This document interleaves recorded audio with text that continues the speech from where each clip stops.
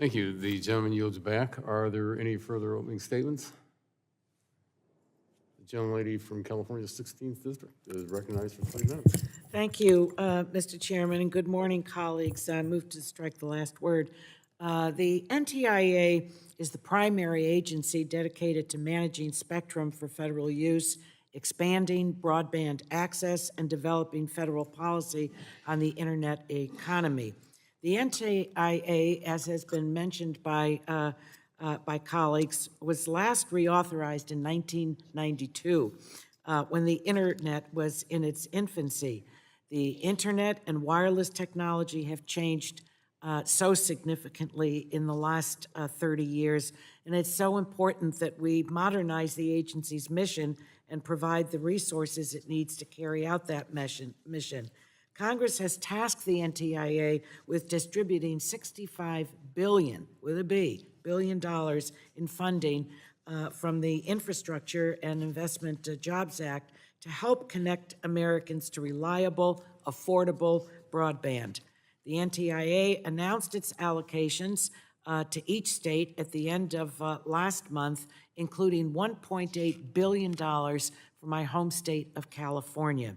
These funds are going to help bridge the digital divide and better connect our nation, and the agency has to be fully funded to ensure it can effectively implement this program. My Silicon Valley district, you all would assume, is fully connected throughout the district. That's not the case. I have rural areas that are still left wanting, and the implementation of this program is really it's exciting because this is a generational investment. Two of my bills are included in this reauthorization to address cybersecurity threats.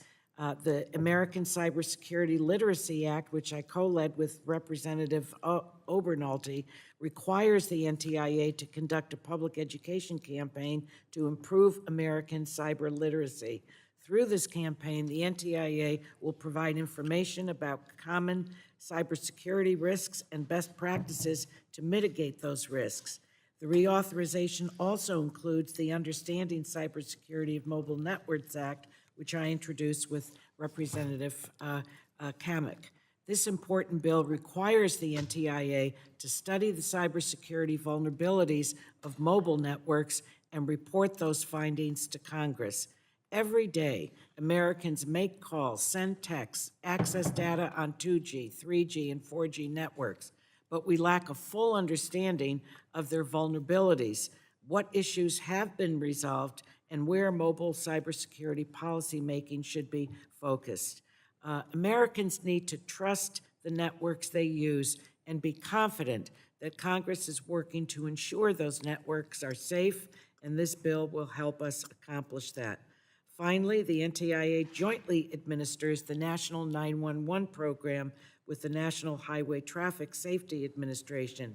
Most 911 call centers throughout the country still use legacy technology developed over 50 years ago. And Representative Hudson and I introduced the Next Generation 911 Act to help states and local governments modernize these call centers.